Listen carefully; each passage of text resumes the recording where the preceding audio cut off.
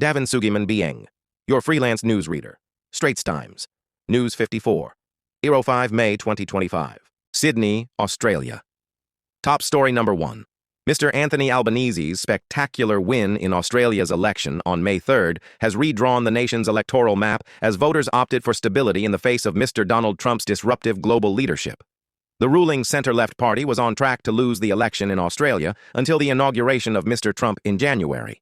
But Mr. Trump's decision to impose tariffs on Australia, one of the U.S. closest allies, and the doubts he has cast about traditional U.S. relationships appeared to have prompted voters in Australia to avoid change and shun center-right leaders. Opposition leader Peter Dutton, Liberal National Coalition, who had adopted Trump-style policies. His victory also indicates the possible end of the recent anti-incumbent voting trend in elections triggered by rising inflation. Mr. Dutton, the coalition leader, had echoed Mr. Trump's campaign rhetoric and asked voters whether they were better off now than 3 years ago. Voters may have been angry at the government over the cost of living pain, and Mr. Albanese's approval ratings are low, but they appeared to believe these modest handouts and a period of political stability were preferable to the risk of opting for change. Labor has dramatically increased its majority and has already secured 86 of 150 seats in the House of Representatives, where a majority is required to form government, with 13 seats still too close to call. The coalition has won 39 seats, while independents and minor parties have won 12 seats. He strongly believes that labor supports greater fairness and equality and support for the vulnerable. Indeed, his mantra throughout the campaign was, "No one held back and no one left behind." As Prime Minister, he has been wary of taking risks or bold steps that might alienate voters. He has preferred a gradualist approach and signaled that he wants to change the nation over multiple terms, rather than in a single term of parliament. And this appears to suit Australians who have clearly re-elected the disruptiveness of Mr. Trump. Chongqing, China. Top story number 2, China car industry. The U.S. wants its tariffs to squeeze Chinese trade, yet one sector has so far remained unfazed. Car export from southwestern manufacturing hub, Chongqing. Industry players tell the Straits Times that Chongqing's strong transport links to Asia and Europe pave the way for the cars to reach countries participating in the Belt and Road Initiative, the signature foreign policy initiative of President Xi Jinping. Luckily for Chongqing, the U.S. is not a major market for Chinese cars. Although China has become the world's largest exporter of automobiles, exports to the U.S. accounted for only 1.8% of China's total automobile export volume. Data from the China Association of Automobile Manufacturers shows that Russia, Mexico, the United Arab Emirates, Belgium, and Saudi Arabia were the biggest importers of Chinese cars in 2024. Some firms, however, are not as optimistic about their prospects. Given the ongoing trade war with the U.S. logistics firm, had some orders canceled due to the latest U.S. tariffs, and they have not received new orders since. Lingyi Automotive's Ems Hu said she is concerned that the tariff war may dampen economic sentiment around the world. In some indirect ways, the gloomier sentiment, which can cause buyers to be more frugal as they are unsure of their job prospects, can possibly affect our sales. Rising risks from global trade and other geopolitical tensions, as well as commercial reasons, had already pushed its member companies towards the move to switch towards an in China for China model, referring to how companies are setting up in the country to target local buyers or producing items for the domestic market. Philippine. Top story number 3. Cardinal Luis Antonio Tagle, Pope. If bookmakers and crypto investors are right on the money, Filipino Cardinal Luis Antonio Tagle may soon become the next head of the 1.4 billion-strong Roman Catholic Church.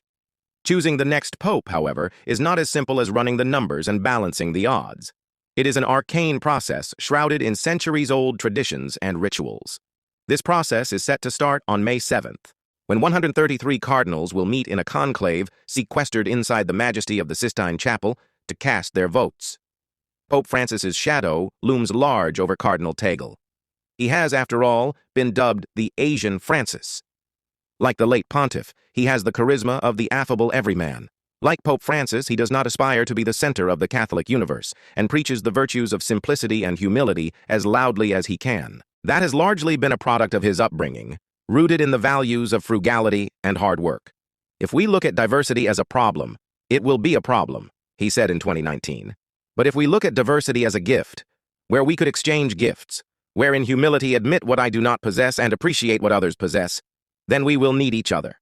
There's neutrality. There's interdependence. But within the Philippine Catholic Church, there are those who say he does not go far enough. I think he is a moderate on the issues of justice, of sexual ethics. He would not take a very radical or pro-Jeshi point of view. Father Reyes said this was on full display when Cardinal Tagle declined to criticize head-on former Philippine President Rodrigo Duterte's brutal drug war that left tens of thousands dead. The Cardinal has also frustrated progressives and liberals by his steadfast defense of core church tenets. He has opposed Philippine government efforts to provide access to contraceptives and has kept an ambiguous position on the issue of blessing same-sex couples. Vatican watchers say the momentum is towards unity over rupture and that diplomacy may trump geography. They argue that a papal contender's ability to unite the Church in an increasingly fractious geopolitical context may be the central deciding point. The new pope will have to redesign the Church in a world on fire, Professor Alberto Mellon. God sees something in me that I don't see in myself, and I just have to trust God's knowledge in me. Other candidates include Italian Cardinal Piet Parolin and Cardinals Matteo Zuppi. USA top story number 4. American relocate. When President Donald Trump decided to seek a second term in the White House, Ms. Doris Davis and Ms. Susie Bartlett, an interracial lesbian couple living in New York City, made a life-changing decision. If he won, they would move abroad. The couple said they had been willing to give Mr. Trump a go during his first term, but they had watched in alarm as he returned to office and ended a range of policies aimed at promoting racial equity and rights for LGBTQ+ people. When your identity is being attacked, there is a personal sense of anger and frustration. A significant number of Americans have shown an interest in moving abroad, citing issues including political divisions and gun violence.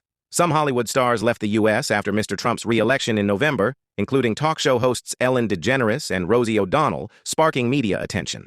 Also feeling disillusioned, a young transgender couple living in Colorado who spoke on condition of anonymity for fear of being targeted.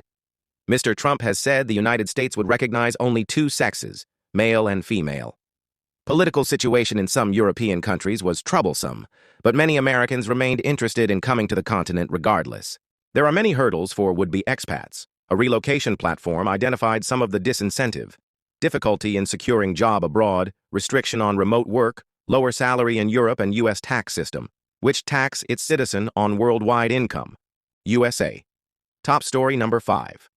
Marco Rubio assent. Mr. Rubio's ascent to both Secretary of State and interim National Security Advisor coincided with the fall of Mr. Mike Waltz, whose hawkish foreign policy stances made Mr. Trump's MAGA, Make America Great Again, base wary. Mr. Waltz was ousted from his West Wing job after inadvertently including a journalist on a Signal group chat about military actions, and will be nominated to be Mr. Trump's ambassador to the UN.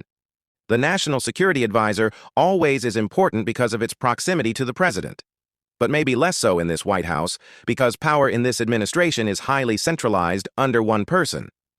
Yet the question of who won or lost Mr. Trump's favor masks a reality for both men. Neither Mr. Rubio nor Mr. Waltz has taken the lead on some of the foreign policy issues most important to the president, and their influence has never been truly tested. Mr. Rubio's rise is one of the more surprising turnarounds of Mr. Trump's second term, as he has shed many previously held views on Russian President Vladimir Putin, the North Atlantic Treaty Organization, the value of USAID, U.S. Agency for International Development, and adopt a far more strident tone that appeals to the president's base.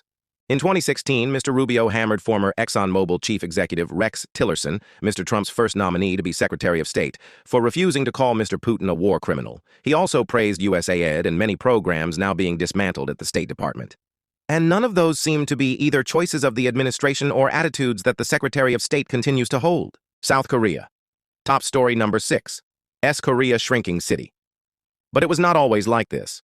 In the 1970s and 1980s, young, eager job seekers flocked to Taebaek, then a bustling coal mining area in South Korea.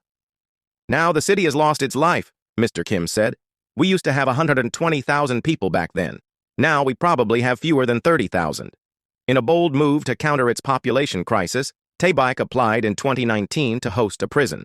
We were so desperate we had to do anything to save the city. The new correctional facility, spanning 440,000 SQM, is scheduled to open in 2028. It will house 1,500 inmates. A report by the state-run Gangwon Institute estimated the facility could bring in up to 2,700 people, including staff and their families, and draw about 12,000 visitors annually. Still, reversing the trend of migration to Seoul for education, employment, and better amenities is proving difficult. The Seoul metropolitan area, comprising Seoul, Incheon, and Gyeonggi Province, accounts for just 12% of the nation's land, but is home to more than half the population. With survival at stake, Traditional not-in-my-backyard attitudes are giving way to yes-in-my-backyard sentiments. In Yangju, Gyeonggi Province, 6 villages competed to host a funeral facility. On Jeju Island, 3 regions applied to host an incinerator. In Daegu, 4 districts are vying to attract a military base.